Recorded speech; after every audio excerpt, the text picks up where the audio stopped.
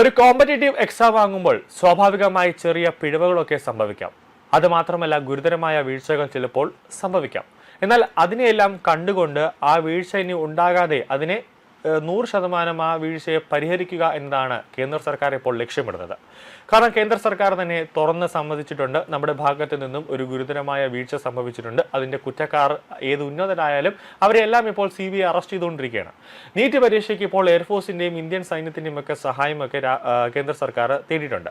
നിലവിൽ ഞാൻ പറഞ്ഞു വരുന്നത് ഇന്ത്യയുടെ പ്രതിപക്ഷ നേതാവ് രാഹുൽ ഗാന്ധിയാണ്. നമുക്കറിയാം, ഒരു പ്രയോജനവുമില്ലാത്ത ഒരു പ്രതിപക്ഷ നേതാവാണ്. രാജ്യം ഇന്നേ വരെ കണ്ടിട്ടുള്ളതിൽ വെച്ച് ഒരു നേട്ടവുമില്ലാത്ത, രാജ്യത്തെ ജനങ്ങൾക്ക് വേണ്ടി ഒരു സഹായം ചെയ്യാത്ത ഒരു പ്രതിപക്ഷ നേതാവാണ് രാഹുൽ ഗാന്ധി എന്ന് പറയുന്നത്. 24 മണിക്കൂർ സ്വപ്നം കണ്ടുകൊണ്ടിരിക്കുന്നത് ഞാൻ എങ്ങനെ ഭാരതത്തിന്റെ പ്രധാനമന്ത്രിയാകാം എന്നൊരു സ്വപ്നമാണ് രാഹുൽ ഗാന്ധി കണ്ടുകൊണ്ടിരിക്കുന്നത്. എന്തായാലും നേരായ രീതിയിൽ തെരഞ്ഞെടുപ്പിലൂടെ രാഹുൽ ഗാന്ധിക്ക് പ്രതിപക്ഷ നേതാവാകാനോ ഇനി ഒരു 50 വർഷത്തേക്ക് കോൺഗ്രസ് എന്ന പാർട്ടി രാജ്യം ഭരിക്കാനോ പറ്റൂല എന്ന് രാഹുൽ ഗാന്ധിക്കും സോണിയയ്ക്കും നല്ലപോലെ അറിയാം. അപ്പോൾ ഒരു കലാപം ഇന്ത്യയിലേക്ക് സൃഷ്ടിക്കുക, ബംഗ്ലാദേശിലും നേപ്പാളിലും ശ്രീലങ്കയിലും ഒക്കെ ഉണ്ടായതുപോലെ ഒരു കലാപം, ജൻസി കലാപം ഇന്ത്യയിലേക്ക് കൊണ്ടുവരിക, അങ്ങനെ നടത്തി എനിക്കൊരു ഇടക്കാല പ്രധാനമന്ത്രിയെങ്കിലും ആകാൻ പറ്റുമോ എന്നാണ് രാഹുൽ ഗാന്ധി ഇപ്പോൾ നോക്കുന്നത്.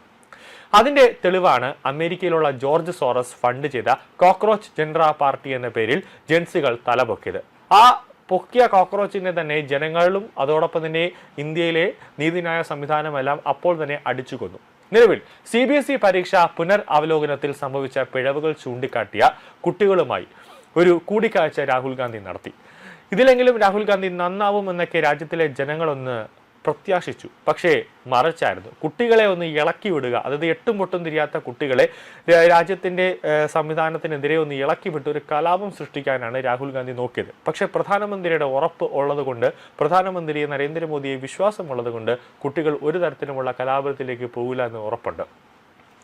ഇത് രാഹുൽ ഗാന്ധി നടത്തിയ ഒരു അജണ്ടയാണ് ഈ കൂടിക്കാഴ്ച എന്ന് പറയുന്നത്. അതായത് പരീക്ഷാ പിഴവുകൾ തിരുത്തി സംവിധാനം സംശുദ്ധമാക്കാനല്ല, അതിന്റെ പേരിൽ എട്ടുമുട്ടും തിരിയാത്ത കുട്ടികളെ സർക്കാരിനെതിരെ തിരിക്കുക എന്ന ഒരു അപകടകരമായ അജണ്ടയാണ് രാഹുൽ ഗാന്ധി ഇന്ന് നടത്തിയത്. ഇന്ന് ദേവാനന്ദ് എന്ന കുട്ടിയുമായി രാഹുൽ ഗാന്ധി നടത്തിയ കൂടിക്കാഴ്ച ഒരു തരത്തിലൊരു അഭാസ്യതയാണ് ഉണ്ടായത്. CBSE പരീക്ഷാ പേപ്പർ പുനരവലോകനത്തിന് അപേക്ഷിച്ചപ്പോൾ ദേവാനന്ദിന് പകരം മറ്റൊരു പരീക്ഷാ പേപ്പറാണ് CBSE പുനരവലോകനം ചെയ്തത് എന്നാണ് പരാതി. ഇതിന്റെ പേരിൽ ദേവാനന്ദിന്റെ കണ്ട് പ്രകോപനം സൃഷ്ടിക്കുന്ന തരത്തിലുള്ള ഒരു പരാമർശങ്ങൾ രാഹുൽ ഗാന്ധി നടത്തി. അത് ദേവാനന്ദിനെ പ്രകോപിപ്പിക്കുക, അതുവഴി മറ്റുള്ള CBSE കുട്ടികളെയും പ്രകോപിപ്പിക്കുക, ഇതുവഴി രാജ്യത്തെ കുട്ടികളെ പ്രകോപിപ്പിച്ചുകൊണ്ട് ഒരു കലാപം ഉണ്ടാക്കാൻ കഴിയുമോ എന്ന് നോക്കുകയായിരുന്നു രാഹുൽ ഗാന്ധി ചെയ്തത്. പേപ്പർ മാറിയത് നിന്റെ കുറ്റമല്ലെന്നും അതിന് നിന്നെ സോറോസിന്റെ ഏജന്റ് എന്ന് വിളിച്ചത് തെറ്റായിപ്പോയി എന്നും രാഹുൽ ഗാന്ധി ദേവാനന്ദിനോട് പറയുകയാണ്. വാസ്തവത്തിൽ ദേവാനന്ദ് അല്ല, രാഹുൽ ഗാന്ധിയാണ് ജോർജ് സോറസിന്റെ ഏജന്റ് എന്ന് എല്ലാവർക്കും അറിയാവുന്ന ഒരു കാര്യമാണ്. അത് കുട്ടിയിൽ ആരോപിച്ച് സർക്കാരിനെ ചോദ്യം ചെയ്യുന്നവരെ മുഴുവൻ സോറോസിന്റെ ഏജന്റ് എന്ന് വിളിക്കുന്നു എന്നൊരു പൊതുവികാരം ഉണർത്താനാണ് രാഹുൽ ഗാന്ധി ശ്രമിച്ചത്. രാഹുൽ ഗാന്ധിയുടെ ലക്ഷ്യം ജൻസി കലാപം തന്നെയാണ്. കഴിഞ്ഞ കുറേ നാളുകളായി നീറ്റ് പരീക്ഷയും CBSE പരീക്ഷയും കയറി